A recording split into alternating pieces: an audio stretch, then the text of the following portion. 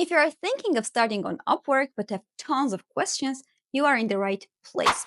Today, I'm answering the top 10 questions freelancers usually ask about Upwork, from creating a standout profile to getting paid safely. How do I make my profile stand out so that clients will actually notice me? First of all, focus on your profile picture and your profile headline. They are the first things the client will see when you submit a proposal. Also, use a professional photo with a dark background or quite anything other than white or gray.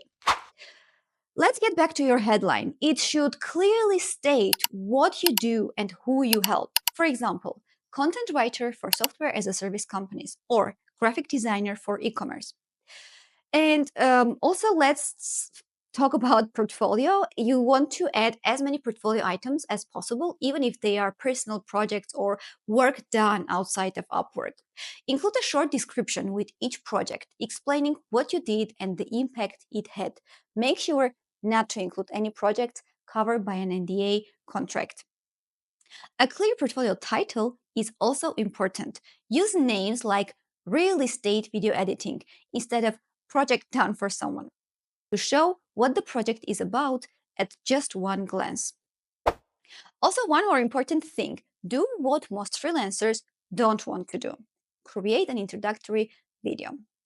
Upwork clients need to trust new profiles, and an introductory video can give them a sense of who you are and if you can help them. If you don't like being on the video, we've talked about this, right? Here is an idea from one of my friends. He asked his clients to record short feedback video and edit those to his profile. What a great way to build credibility. I'm new here. What's the fastest way to get my first job? The fastest way to get a job on Upwork is to offer a skill with high demand but low competition.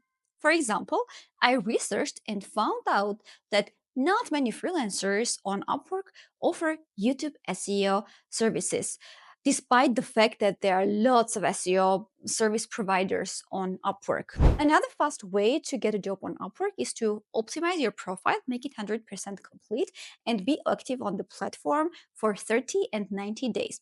The thing is, when you are new on Upwork, this platform doesn't trust you as a beginner, but it takes you under its radar. So if you are active for the first 90 days and if your profile is 100% complete, you submit proposals to different jobs.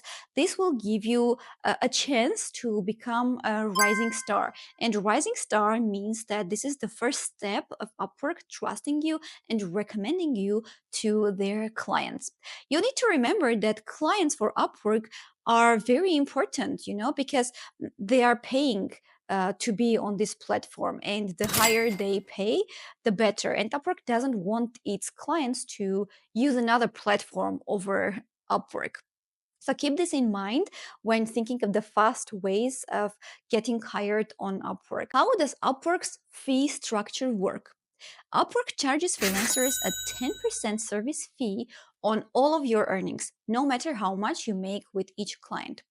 Clients also pay their own separate fee, which of course doesn't come out of your earnings. For withdrawals, when you want to get paid, you can pick how often you want to withdraw your earnings. Weekly, twice a month, monthly, or even quarterly. Different methods like using Payoneer come with a small fee, usually $1 per withdrawal. You can set a minimum amount for withdrawals. The lowest you can withdraw is $100. So, what does this mean for you? This means that you need to calculate the 10% that will be taken out of your earnings. And then you need to calculate how much it will take to withdraw those earnings from your account. And if it's possible, you can add this to your hourly rate to make sure that you are well compensated for your time. What should I say in a proposal to improve my chances of getting hired? First, avoid using templates for your cover letter. Every proposal should feel unique. Writing cover letters should have a before and after structure. This is like a structure I drew for myself. Before writing the cover letter, what I would usually do, read the job post carefully. Analyze if this is a job you can and would like to do. Check if the client mentioned anything specific that they want you to include in the proposal. Review the client's profile and feedback from other freelancers. And you want to aim to work with 5-star clients who also pay well. Look at the activity on this job section to see how many freelancers have already applied. If the number is very high, it may not be worth applying. Only after doing this analysis, write your cover letter as if you are talking directly to the client. Because this topic has so many details, I will be making another video focused on just writing cover letters on Upwork. But here's an example. If a client wrote in their job post that I need a video editor who will be able to work over the weekend, your first sentence on the cover letter would be, hey, I will be able to work over the weekend. And if the client mentions something like, it's a nice to have if you are fluent in French and you just happen to know French, but this is not a clear requirement, just a nice to have something. And you can mention at the very beginning of your proposal, like, oh, hey, I am like fluent in French. This will give you a competitive advantage over others, and you will get the client's attention. So cover letters are very important, but as I constantly mention, do not use templates. How important is the job success score on Upwork and how do I keep it high? The job success score on Upwork is very important because it reflects how clients rate their overall experience working with you. And this might affect your visibility and credibility on the platform. Other clients might also consider hiring you because of hiring or not hiring you because of this job success score. You need to know that clients give both public feedback and private feedback. Public, visible on your profile, and private, only seen by Upwork. But both of those feedbacks affect your job success score. Even if a client leaves a positive public review, their private feedback might be different, and that could impact your score. So here are several things to keep your job success score high. First of all, as we said, analyze the job and understand if you can deliver quality work to get positive public and private feedback. Also, send weekly and monthly reports, even if the client didn't ask for them. Ask for feedback during longer contracts. If you've worked with a client for a while, ask if there is anything they would change about your work style. This will help you improve and avoid surprise or negative feedback at the end. When you end the contract, ask the client to leave feedback and mention that you will also be doing the same for them. Which is better for freelancers, hourly jobs or fixed price gigs? This really depends on your work style and the type of projects you prefer. Hourly jobs offer more security because you are paid for every hour you work. Upwork's time tracker makes sure that you are covered by payment protection. So even if a client cancels, you still get paid for the hours you have already logged. The hourly jobs are great for ongoing projects like virtual assistants, software development, social media management, marketing, those tasks that can change over time and that need regular updates. As to fixed price gigs, those can be more flexible and often give you more control over your schedule. You agree on a set fee and deliver that work by a deadline. This type of job is ideal like for shorter projects such as graphic design, copywriting, or video editing. Of course, this also depends on the client. But this way, you know exactly what needs to be done and what needs to be delivered. Just remember to set up the milestones for bigger projects and only start work for each milestone whenever these milestones are funded. This will ensure that you are covered by Upwork payment protection. How can I make sure I get paid safely on Upwork? For hourly jobs, always use Upwork's time tracker. It keeps track of your work and takes screenshots while you are working. This way, if a client ever questions your work, Upwork's hourly protection has you covered because you have already worked and you are getting paid for what you have worked on. And for fixed price projects, never start until the client has funded the milestone. Upwork's escrow system holds the money until you finish the job and then submit the work. Once the client approves your work, the payment gets released to you. So only move to the next milestone when it's funded to stay safe. Those are the ways. What mistakes do newbies make on Upwork that I should avoid? Because I mentioned this at the start of the video, let's just remember, like revisit it, that using cover letter templates is one of the main mistakes you need to avoid. Now let's talk about something that's tough but important, being desperate. I get it. Starting out as a freelancer can be like really hard, and sometimes you really need this money and are in a position where you just need to land a gig and pay a bill. But here is one thing you need to remember. When you come across as desperate, like when clients think you are desperate, it can work against you. You might end ignoring some like red flags, important details. For example, client reviews, accepting jobs with like too low rates. And that can lead to difficult situations over like in the long run. Now, let's go over the other common mistakes freelancers make. Underpricing your services. When you charge too little just to get hired, it can backfire. It might make clients think your work isn't worth much, and you could end up working for way less than you deserve. Ignoring client reviews.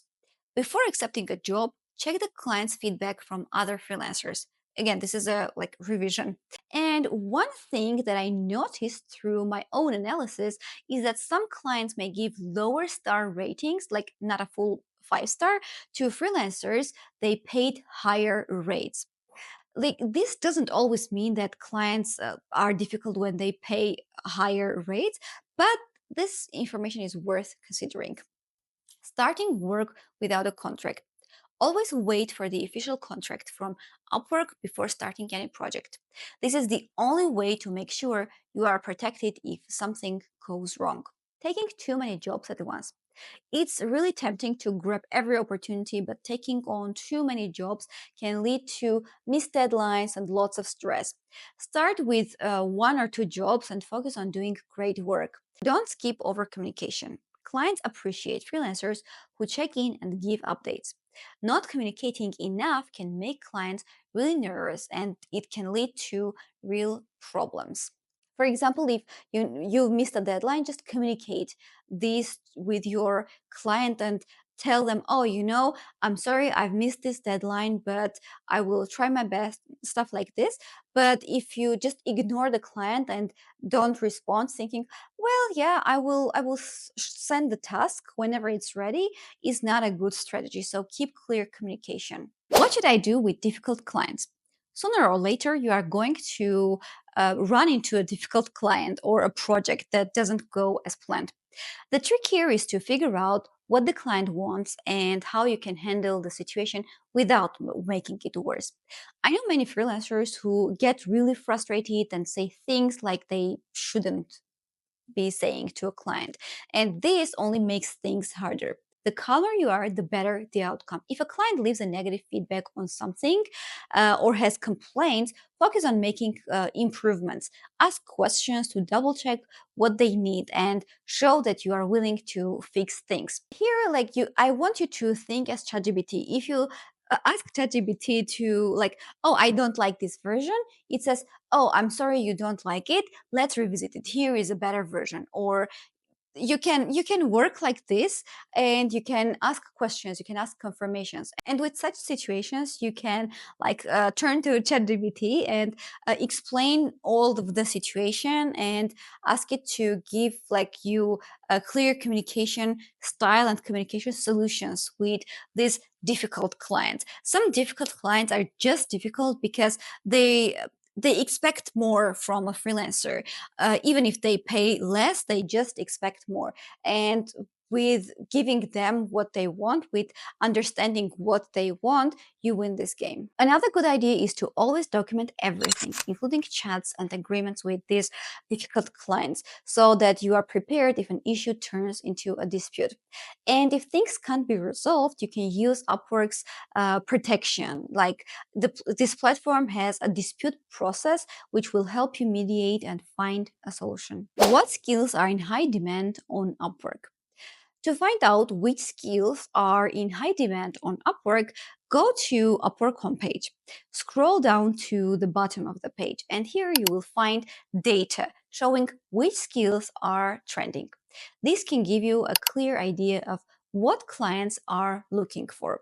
It can also help you see if your expertise matches these needs or if there is any new areas you could explore. And some of the common high demand skills include web development, graphic design, content writing, search engine optimization, digital marketing, and lately anything AI related has also been in high demand. For example, AI content generation, machine learning, chatbot creation. It's a good idea to know what's trending, but you need to remember that these are just trends.